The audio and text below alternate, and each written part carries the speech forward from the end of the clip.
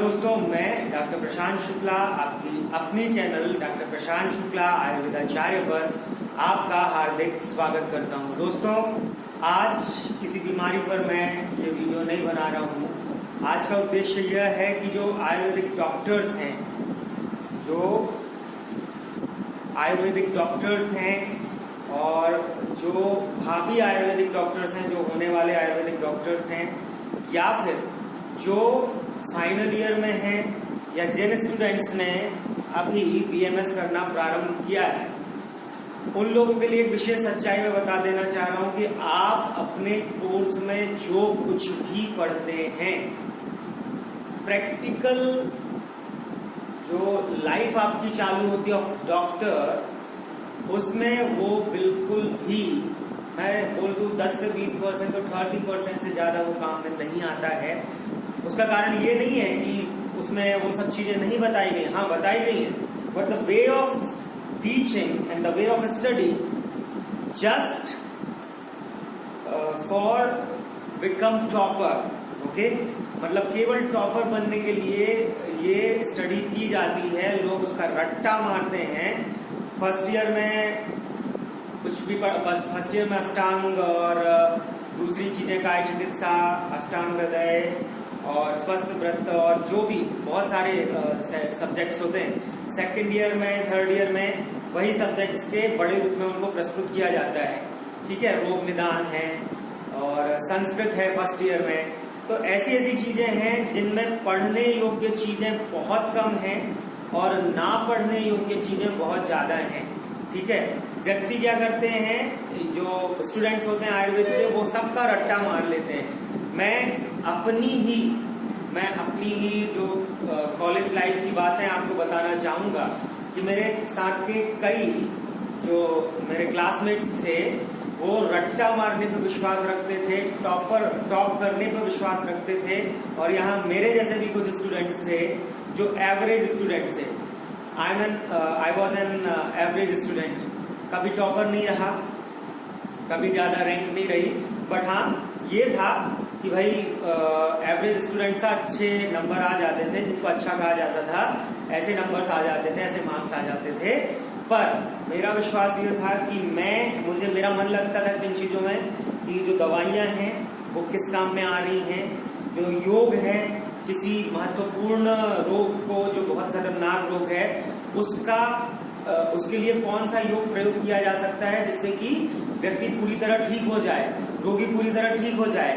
तो मैं अपनी उस पढ़ाई के अलावा मैं प्रैक्टिकल नॉलेज पे ज्यादा विश्वास रखता था और बहुत सारी मासिक पत्रिकाएं भी मैं बुलवाया करता था, जिनमें से एक मासिक पत्रिका है सुधा निधि, जो आज भी मैं पढ़ता हूँ। तो मैंने अभी भी वो पढ़ना नहीं छोड़ा है, ये है सुधा निधि, आज भी मैं इसको पढ़ता हूँ। ठीक है, ये इसका विशेषांक है सिद्ध प्रयोग संग्रह सुधा निधि। इनके जो संपादक हैं वो है वैद्य गोपाल शरण गर्ग। ठीक है, तो ये आज भी मैं पढ़ता हूँ। सुधा निधि पढ़ता था मैं, मेडिकल शॉप की किताबें मैं पढ़ता था, मैं बुलवाता था, अनुभूत संग्रह वगैरह, और वो चीजें मैं पढ़ता था, मासिक पत्रिकाएं में पढ़ता था। उनमें जो योग रहते थे, उन योगों को छांट कर मैं अपने कॉपी में नोट कर लिया करता था। उसमें बहुत कुछ अनुभूत योग बताए जाते थे, तो ये स्टडी मैं ज्यादा करता था। एग्जाम जब आते थे तो जो किताबें रहती थी उनमें से पूरी किताबें पढ़ ली, उनमें से मेन टॉपिक्स को बहुत अच्छे से कवर कर लिया, और जो ऐसे टॉपिक्स हैं जिन्हें नहीं पढ़ना चाहिए या जो उस लायक नहीं है कि जिन्हें पढ़ा जाए, तो वो टॉपिक्स में ज्यादा नहीं पढ़ा करता था, और एग्जाम दे आता था और अच्छे खासे नंबर भी आ जाते थे। टॉप कभी नहीं किया, बट ये है कि फेलो स्टूडेंट्स में नहीं था मैं, है ना, लेवल मेरा ठीक था। तो दोस्तों, सीधी बात मैं ये कहना चाह रहा हूँ कि ज्यादा रट्टा तोतापन पे अपना फोकस मत करिए। यदि आपको डॉक्टर बनना है, अच्छा आयुर्वेदिक डॉक्टर बनना है, तो आपको अभी से प्रयास करना होगा आयुर्वेद की दवाइयों को समझने का। आपको अभी से प्रयास करना पड़ेगा कि कौन सी दवा किस चीज में बहुत अच्छा कार्य करती है। एक ही रोग में 20 दवाइयां अच्छा कार्य करती हैं। जैसे आप आम बात को पकड़ लें, गठिया को पकड़ लें, संज्ञात बिल्कुल अच्छा काम करती है, महायुवराज बिल्कुल अच्छा काम करती है, त्रयोदशांग बिल्कुल अच्छा काम करती है, सप्तविंशति बिल्कुल अच्छा काम करती है, एकांक वीर रस अच्छा काम करता है, महावात विध्वंसन रस अच्छा काम करता है, समीपन्नक रस अच्छा काम करता है। पर क्या आप सारी की सारी चीजें दे देंगे पेशेंट को, या आप डिसाइड करेंगे कि किस प्रमुख रोग में, बात के किस प्रमुख रोग में कौन सी चीज ज्यादा अच्छे से कार्य करेगी, आपको ये डिसाइड करना होगा। और ये अपने कॉपी में, अपने नोटबुक में, अपनी डायरी में नोट करना होगा। मैं अभी की बात बताना चाहूंगा, मैं किसी का उपहास नहीं कर रहा हूं, मैं अपनी पैथी को सर्वश्रेष्ठ मानता हूं, मानता रहूंगा। कभी मैं इस पैथी को नीचा नहीं देखना चाहता, इसलिए मैं बता रहा हूं कि अभी चूंकि मुझे दवाइयां बाहर बहुत भेजनी पड़ रही हैं और साथ में फिर क्लिनिक में भी बैठता हूं, तो फोन्स भी बहुत आते हैं, कॉल्स भी बहुत आते हैं, मैसेजेस भी बहुत आते हैं। तो मैंने सोचा कि भाई चलो एक कोई मेरी सहायता कर देगा कोई बंदा। तो जबलपुर आयुर्वेदिक कॉलेज के एक स्टूडेंट से मैंने बात की कि मतलब उसका पहले भी कॉल आ चुका था कि सर आपसे कुछ सीखना चाहता हूँ, तो क्या आ सकता हूँ। तो उस समय मैं उतना मतलब शुरुआत थी मेरी, मैंने खोला ही था क्लिनिक, तो उस समय तो आवश्यकता थी नहीं। तो मैंने उससे बोला ठीक है आ जाओ। उससे पूछा मैंने कि तुमसे क्या क्या आता है, क्या क्या चीजें तुम कर सकते हो, या कौन कौन से रोग तुम थोड़ा बहुत ट्रीट कर सकते हो। तो उसने बोला सर कुछ भी नहीं कर सकता। मैंने कहा क्यों? कहा कि आयुर्वेद में तो कुछ नहीं कर सकता, मैंने एलोपैथिक डॉक्टर्स के यहाँ पे हॉस्पिटल्स में मैंने जो है अपनी सर्विस दी है। वहां पर मैं 5-6 हजार रुपए में काम करता रहा, 2-3 महीने मैंने काम किया, उसके बाद से सैलरी स्टार्ट हुई, 5-6 हजार रुपए देना चालू किया और 10 घंटे की जॉब थी और 2 घंटे रात में भी जाया करता था। तो मैंने कहा कि वहां क्या क्या सीखा, तो कहा कि सर अभी भी ड्रिप ढंग से नहीं आती है, इंजेक्शन लगा लेता हूँ और फाइल जो है वो मेंटेन कर लेता हूँ, रजिस्टर मेंटेन कर लेता हूँ। तो मैंने कहा कि आयुर्वेद में कुछ आता है? कहा कुछ नहीं आता। और वो बंदा उस कॉलेज में 3rd रैंक पे था परीक्षा में। तो आप समझ सकते हैं कि 3rd रैंक पे जो था, उस स्टूडेंट से कुछ भी नहीं आता। तो उसका दोष नहीं है, दोष ये है कि हमारे सुश्रुत संहिता है, चरक संहिता, बहुत अच्छे अच्छे ग्रंथ है जो 5000-6000 साल पहले लिखे गए। उससे पहले भी पुराणों के काल में भी बहुत सारी आयुर्वेद के जो है सिद्धांत मिलते हैं, उनके सूत्र मिलते हैं, उनके फार्मूलाज मिलते हैं। पर दोस्तों आज की जो पढ़ाई है आयुर्वेद की, जो पाठ्यक्रम जिन्होंने बनाया है, उन्होंने उसमें कचरा ज्यादा भर दिया है।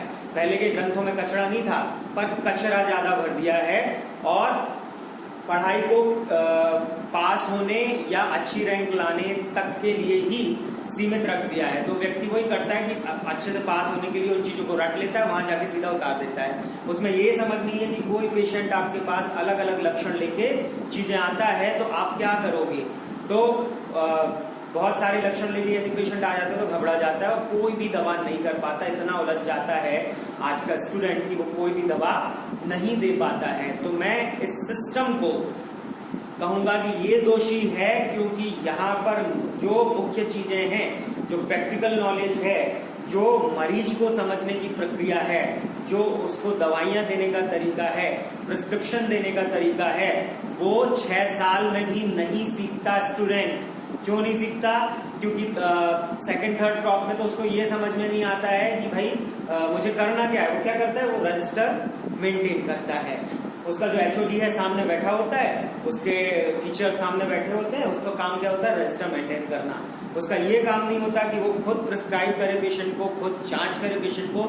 ज्यादा से ज्यादा हुआ तो तुम उसका बीपी ले लो, तुम उसको उसका बीपी ले लो, उसकी जो पल्स रेट है वो कितनी है ये चेक कर लो, और उसके अलावा उसका जो टेम्परेचर है वो कितना है ये थर्मामीटर लगा के देख लो। बस इतना कर लो, बाकी तो डॉक्टर साहब करेंगे, आपको कुछ नहीं बताएंगे।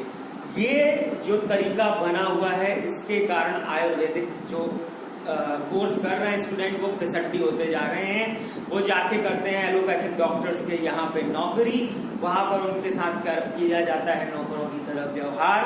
5-6 हजार में 12-12 घंटे की सर्विस देते हैं और डॉक्टर साहब की निजी कार्य भी वो करते हैं, है ना। निजी कार्य में उनकी किसी परिवारजन को लाना ले जाना भी हो सकता है, डॉक्टर साहब के लिए सब्जी लाना भी हो सकता है, या फिर डॉक्टर साहब के लिए सफाई करने वाले का इंतजाम करना भी हो सकता है।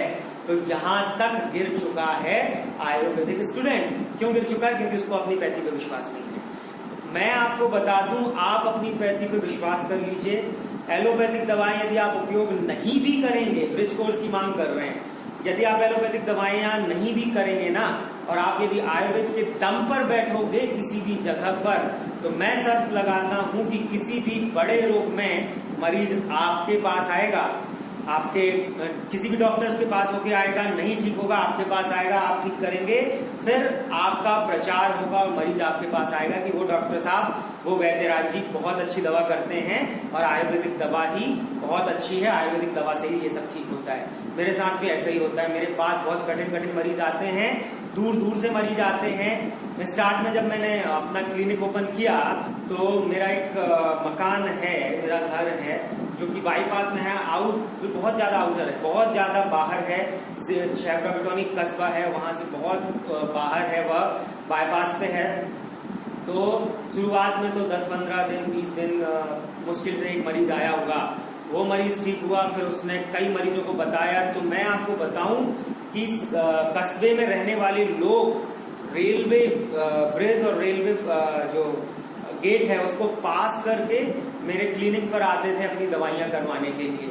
और नागपुर, बहराइच, आंध्रा, दिल्ली, द्वारका वगैरह से भी पेशेंट यहाँ तक आए हैं और आते रहते हैं। तो दोस्तों मैं बता दे रहा हूँ, यदि आप अपनी पैथी को, जिसमें आपने 6 साल दिए हैं, उसकी अच्छे से पढ़ाई कर लेते हैं, प्रैक्टिकल नॉलेज ढंग से ले लेते हैं, तो कोई भी ऐसा समय नहीं आएगा जिसमें आपको पैसे के लिए मोहताज रहना पड़े या फिर आपकी प्रतिष्ठा जो है वो कम हो। आपकी प्रतिष्ठा बढ़ती ही जाएगी यदि आप अपने इष्ट को, यानी कि अपने आयुर्वेद को पकड़ते हो, उसको पूजित करते हो, उसकी पूजा करते हो, उसका ज्ञान अच्छे से लेते हो। तो सबसे पहली चीज तो ये कि रट्टा मार प्रक्रिया छोड़ दीजिए, समझना चालू करिए। दूसरी चीज ये, मासिक पत्रिकाएं बुलवाना चालू करें, सुधा निधि जरूर बुलवाएं, ठीक है, रोग विशेषांक जरूर बुलवाएं। जहान सिंह चौहान की भी बहुत अच्छी बुक है जिसमें आयुर्वेदिक पैटर्न मेडिसिन भी दी हुई है तथा आयुर्वेदिक मेडिसिन चार्ट भी दिया हुआ है, वो बुलवाइए। फिर देखिए, चरक संहिता भी उठाइए, सुश्रुत भी उठाइए, और आप भैषज रत्नावली उठाइए। इन सब में देखिए कि किस रोग के लिए कौन से योग दिए गए, उन सबको नोट कर लीजिए। अब जब आप प्रैक्टिस के लिए बैठते हैं, प्रैक्टिस इसीलिए कहा जाता है कि आप जो है प्रैक्टिस करते हैं, अभ्यास करते हैं, तो बारी बारी से आपके पास जो पेशेंट आता है तो आप उन पर इन चीजों का प्रयोग करिए और आप देखिए कितना फायदा उनको मिल रहा है। जिस चीज से ज्यादा फायदा मिल रहा है उस पर टिक लगाइए और उसे अपने एक विशेष कॉपी में नोट कर लीजिए।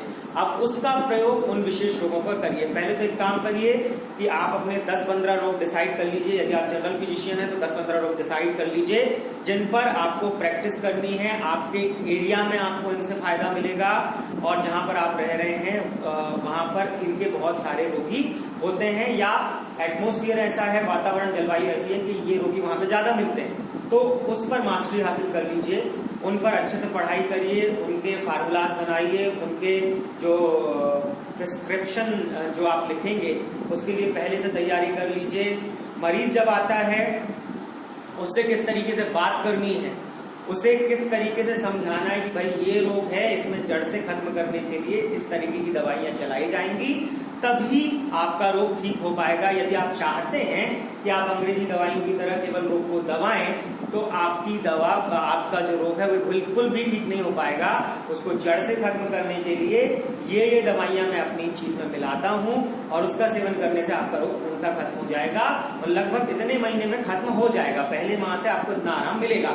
उसको कन्विंस करें, उसको विश्वास दिलाएं, फिर उसको दवा दें और उसको सारे सिद्धांत समझाएंगे। ये परहेज है, ये दिनचर्या है और इस तरीके से दवा लेनी है। अपने सिद्धांतों में कभी भी समझौता मत करिए।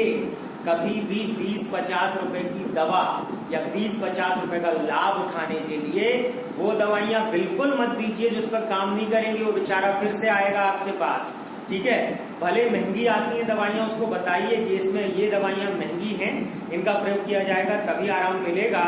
और उसको समझाइए कि यदि आप सस्ती दवाइयां उपयोग करते रहते हैं, एलोपैथिक या पत्ते यूज करते हैं, तो कब तक आप उससे आराम पा पाएंगे। जिंदगी भर दवाइयां थोड़ी खाएंगे। तो यदि आपको जड़ से इलाज चाहिए तो आपको आयुर्वेद अपनाना है और उसमें महंगी दवाइयां आती है। दोस्तों, मोती भस्म, प्रवाल, सोने की भस्म, हीरक भस्म जैसी चीजें इतनी सी 2700 रुपए की पड़ती है।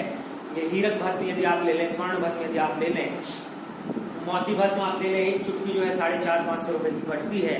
और इसके अलावा भी बसंत कुष्माकर रस, स्वर्ण बसंत मालती रस, योगेंद्र रस और कुमार कल्याण रस जैसी चीजें 10 गोलियां 1500 रुपए की पड़ती हैं। अब बताइए, यदि आयुर्वेदिक डॉक्टर ये दवाइयां उपयोग करेगा तो सस्ती दवा कहाँ से हो पाएगी? तो उसको अच्छी दवाइयां ही उपयोग करना पड़ेगा ना। तो मरीज को ये समझाइए कि इन दवाइयों का उपयोग करने पर ही आपको फायदा मिलेगा। यदि आप इन दवाइयों का उपयोग नहीं करते तो आपको फायदा नहीं मिलेगा, इसलिए दवाइयां प्रयोग करिए। आप यदि इसको समझा पाते हैं, मरीज को विश्वास आता है, वो दवाइयां खाता है, वो ठीक होगा, वो 10 लोगों से बताएगा, 10 लोग आपके पास आएंगे, 10 लोगों को आप ऐसे ही ट्रीट करेंगे, अच्छे से समझाएंगे, उन्हें परहेज बताएंगे, दिनचर्या बताएंगे। यदि आप पूरे सिद्धांतों का पालन करते हैं आयुर्वेद का, तो मरीज जरूर ठीक होगा और आपका नाम होगा। दोस्तों, तो 10-15 लोग ऐसे चुन लीजिए। अब आपने डायरी बना ली है, आपने लिख लिया है, उसको भी संशोधित करते जाइए। कोई अच्छा फार्मूला आ रहा है, कोई अच्छी पेटेंट मेडिसिन अच्छी सिद्ध हो रही है, उन पेटेंट मेडिसिन का भी आप यूज करिए। तथा दोस्तों, मैं ये कहना चाहूंगा कि यदि आप अपनी पैथी करते हैं तो आप ज्यादा विश्वास से कर सकते हैं अपेक्षाकृत अदर पैथीज के डॉक्टर की गुलामी करने से। अधिकतर मेरे साथी और अधिकतर आयुर्वेदिक डॉक्टर्स जो हैं एलोपैथिक हॉस्पिटल्स में जो है गुलामी कर रहे हैं। जो BMS हैं, bachelor of Ayurveda medicine and surgery के जो डॉक्टर्स हैं वो गुलामी कर रहे हैं। वहां पर 12-12 घंटे की सर्विस देते हैं और 5-6 हजार रुपए उनको मिलता है। ज्यादा हुआ तो बहुत साल यदि आपने काम कर लिया तो 12-13 हजार रुपए उनको मिलता है। तो ये मत करिए, आप अपनी पैथी से प्रयोग करिए।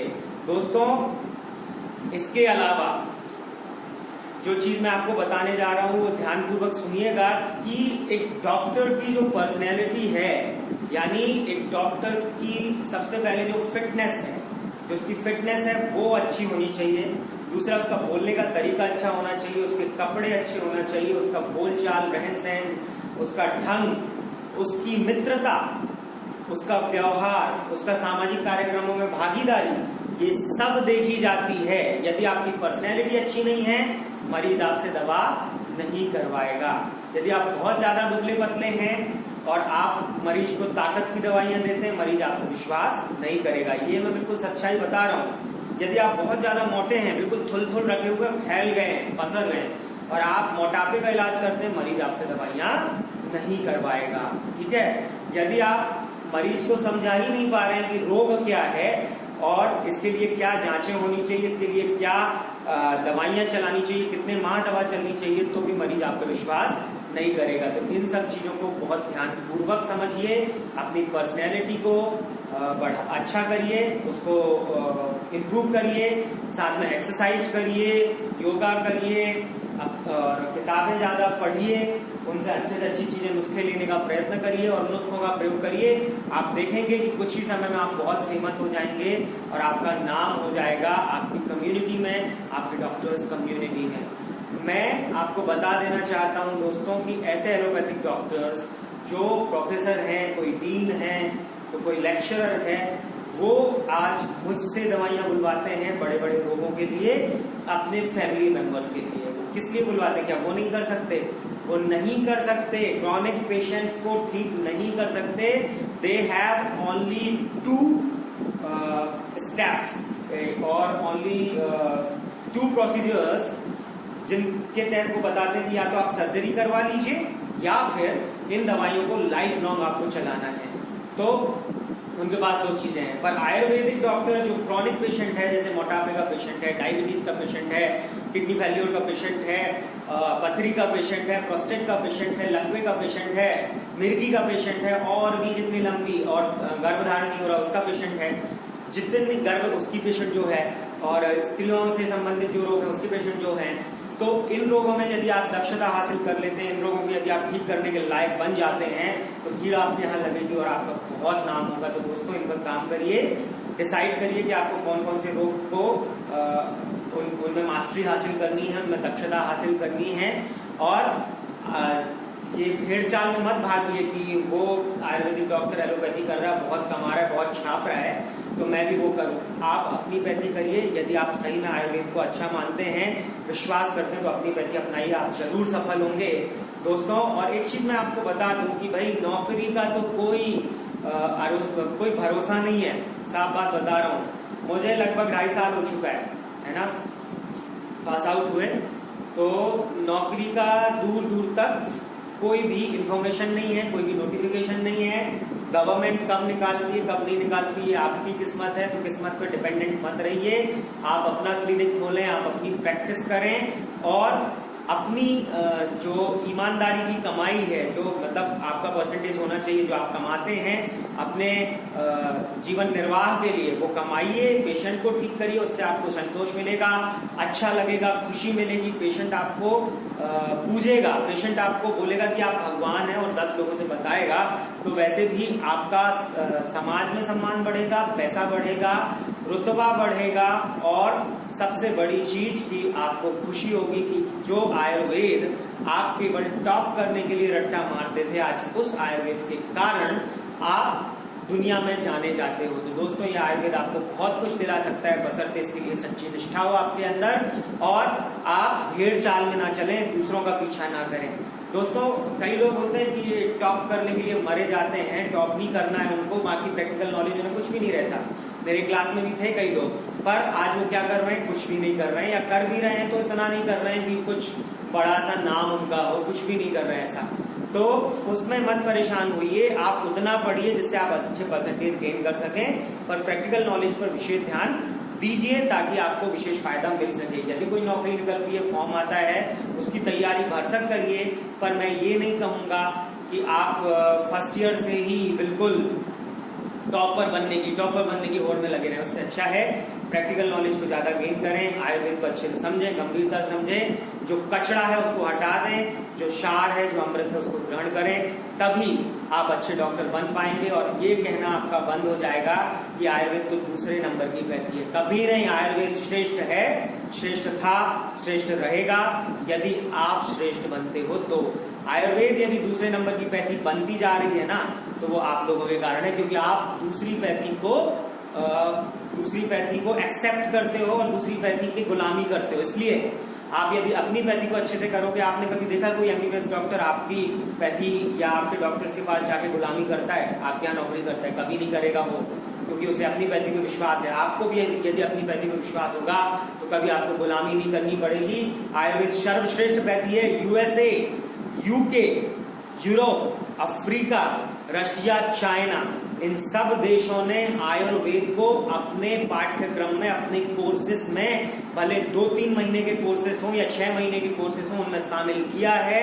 हमारे ज्ञान को वो लोग एक्सप्लोर कर रहे हैं, हमारे ज्ञान को वो लोग इंपॉर्टेंस दे रहे हैं और वो दिन ब दिन तरक्की करते जा रहे हैं। उनके यहाँ के लोग इस आयुर्वेद से अपने स्वास्थ्य को ठीक कर पा रहे हैं, चाहे मोटापा हो, डायबिटीज हो, कैंसर हो या कोई भी समस्या हो, ये उनके यहाँ ज्यादा होती है और ये समस्याएं उनकी ठीक होती जा रही हैं। योग को भी उन्होंने अपना लिया है।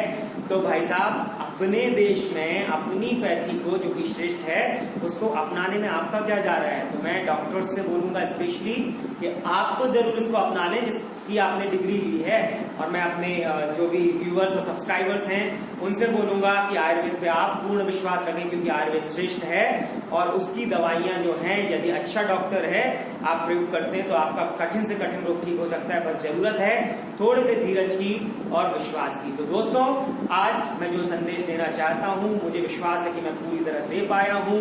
यदि किसी डॉक्टर को मेरी बात बुरी लगी हो तो बुरा मानिए, कोई दिक्कत नहीं है। मैं सच बोलता हूं और इसमें मैं बिल्कुल भी गिल्टी फील नहीं करता।